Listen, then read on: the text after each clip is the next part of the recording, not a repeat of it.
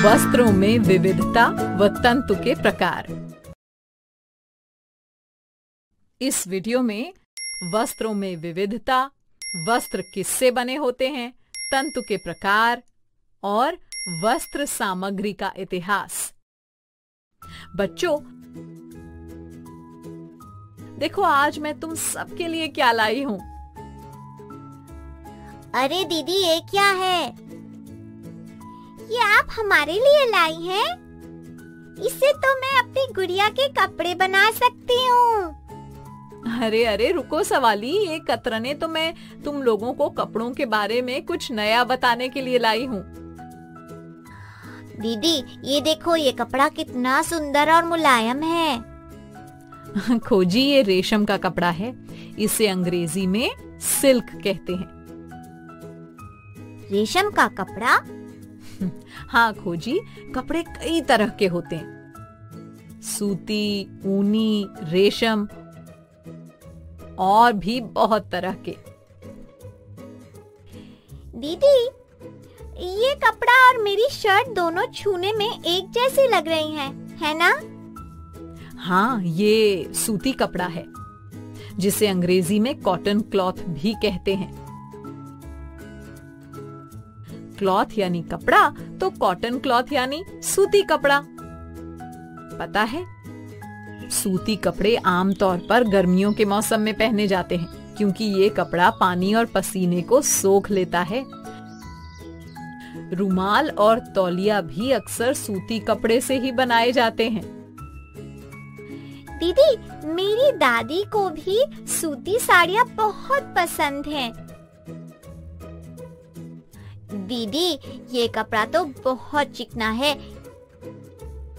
खोजी, ये रेशम का कपड़ा है, जिसे अंग्रेजी में सिल्क कहते हैं।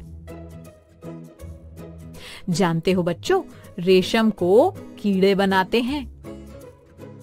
कीड़े? वो कैसे? वो प्रक्रिया तो तुम अगली कक्षा में सीखोगी सवाली। अभी बस इतना याद कर लो कि रेशम कीड़े बनाते हैं, ठीक है? देखो, ये कपड़ा कितना सुंदर और चमकीला है ना, इसलिए इससे साड़ियां, कुर्ते और फ्रॉक आदि बनाई जाती हैं। ये कैसा कपड़ा है दीदी? ये तो बोरे की तरह लग रहा है। हाँ सवाली, इसे जूट कहा जाता है। और इससे अनाज रखने के लिए बोरी बनाई जाती है ना दीदी? बिल्कुल ठीक खोजी, इससे बैग भी बनाए जाते हैं।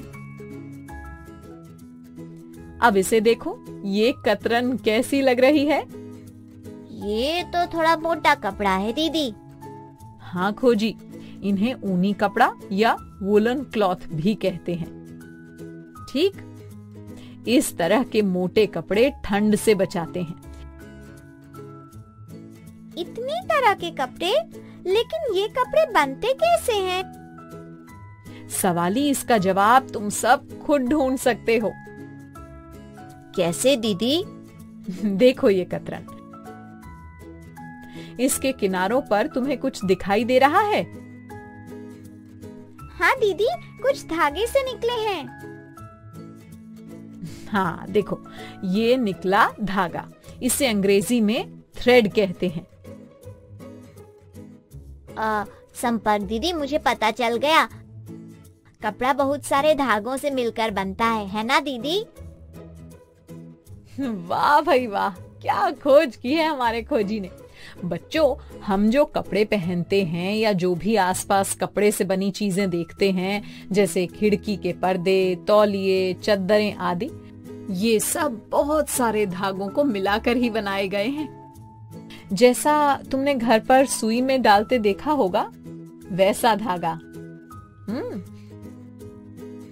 दीदी, सुई में धागा डालते तो मुझसे बनता ही नहीं।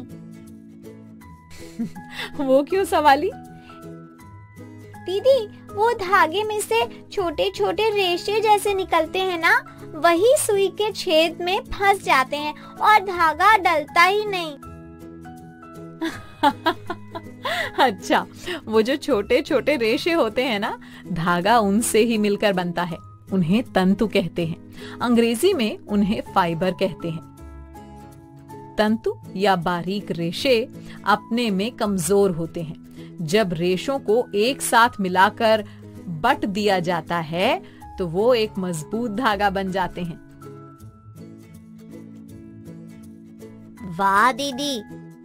हाँ खोजी, इन तंतुओं से धागा बनता है, धागों से कपड़ा बनता है और कपड़े से वस्त्र बनाए जाते हैं। लेकिन दीदी, ये तंतु कहाँ से मिलता है? चलो मैं बताती हूँ। बच्चों, तंतु दो प्रकार के होते हैं, प्राकृतिक और कृत्रिम। प्राकृतिक तंतु, जिन्हें अंग्रेजी में नेचुरल फाइबर्स कहते हैं, ये हमें प्राकृतिक स्रोतों से मिलते हैं। इनमें से कुछ पौधों से मिलते हैं जिन्हें पादप तंतु कहते हैं, जैसे कपास, जूट, सेमल, फ्लैक्स, नारियल का रेशा। और कुछ तंतु जीव जंतुओं से मिलते हैं, जैसे ऊन, रेशम आदि। दूसरा प्रकार होता है कृत्रिम तंतु। इन्हें अंग्रेजी में आर्टिफिशियल फाइबर्स कहते हैं। इन्हें संश्लेषित तंतु भी कहते हैं, जैसे पॉलिएस्टर, नायलॉन, एक्रिलिक। दीदी, कृत्रिम तंतु कहाँ से मिलते हैं? सवाली कृत्रिम तंतु रासायनिक पदार्थों को मिलाकर बनाए जाते हैं। पिछले लगभग 100 सालों से ही कृत्रिम तंतुओं का इस्तेमाल करके कपड़े बनाए जाने लगे हैं। उससे पहले तक तो प्राकृतिक तंतुओं का ही इस्तेमाल होता था। लेकिन बच्चों, पता है, एक समय ऐसा था जब इंसान सिलना तो दूर, कपड़े पहनना भी नहीं जानते थे। हैं? सच में? फिर क्या पहनते थे संपर्क दीदी? सवाली, तब इंसान पेड़ पौधे की छाल, पत्तियां और जानवरों की खाल को पहनते थे। कैसे? अब सिलना तो उन्हें आता नहीं था, तो सर्दी, गर्मी और बरसात से बचने के लिए बस बड़े बड़े पत्तों या पेड़ों की छाल को लपेट लेते थे। इसी तरह जानवरों की खाल से भी लपेट कर ही खुद को ढकते थे। फिर तो कहानी बड़ी लंबी है। धीरे धीरे पहले इंसान ने एक साथ रहना शुरू किया, फिर खेती शुरू की, और ये सब होने में हजारों साल लग गए। हजारों साल?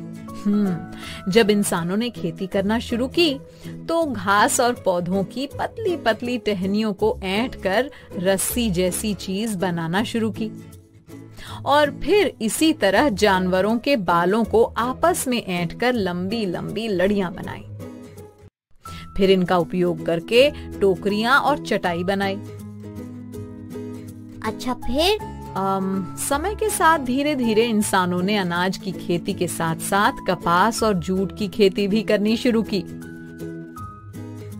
कपास और जूट से क्या दीदी? कपास और जूट के रेशों से फिर इंसान ने कपड़े को बनाना सीखा। इसके बहुत समय बाद सुई का आविष्कार हुआ, और तब कहीं जाकर इंसान ने सिले हुए कपड़े पहनने शुरू किए। अच्छा दीदी, और हमें लगता था कि इंसान हमेशा से ही सिले हुए कपड़े पहनता है। तो आज बहुत सारी जानकारी मिल गई कपड़ों के बारे में। अब मेरे कुछ सवालों के जवाब दो जल्दी से। हाँ दीदी। जिस दिन बहुत गर्मी हो, बहुत पसीना आ रहा हो, तो कौन से कपड़े पहनने चाहिए? सूती कपड़े। बहुत अच्छे। क्या अभी भी कुछ ऐसे कपड़े हैं जो हम लपेट कर पहनते हैं? पिताजी धोती पहनते हैं लपेट कर, है ना दीदी? इसी तरह साड़ी भी लपेट कर ही पहनी जाती है। शाबाश बच्चों। कपड़ों के बारे में और जानने के लिए अब मैं तुम सबको बाहर लेकर चलूंगी। अब संपर्क भैया से मिलने का समय हो गया। चलो अब संपर्क भैया से मिलो। मैं आया आया आया आया।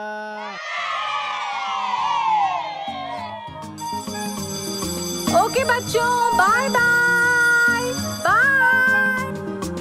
बच्चों अब मैं जाती हूँ, कल फिर मिलने आती हूँ। इंग्लिश में अब होंगी बातें, मैथ सीखेंगे हंसते गाते। पहेली, किस्से और कहानी सुनना अब तुम मेरी जुबानी। बात बड़ी है सीधी सीधी, मैं हूँ आपकी संपर्क दीदी। संपर्क फाउंडेशन।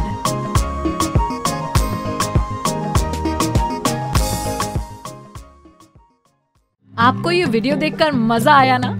अगर आप इस वीडियो से संबंधित अन्य संसाधन जैसे कि अन्य वीडियो, गतिविधियां, क्विज इत्यादि देखना चाहते हैं तो अभी डाउनलोड करें संपर्क स्मार्ट शाला मोबाइल एप्लीकेशन। और हाँ, अगर आपको ये वीडियो अच्छा लगा हो तो इसे जरूर लाइक करें। और भी नए नए वीडियोस देखने के लिए सब्सक्राइब बटन पर क्लिक करना न भूलें। मिलते हैं बहुत जल्द YouTube और संपर्क स्मार्ट शाला ऐप पर।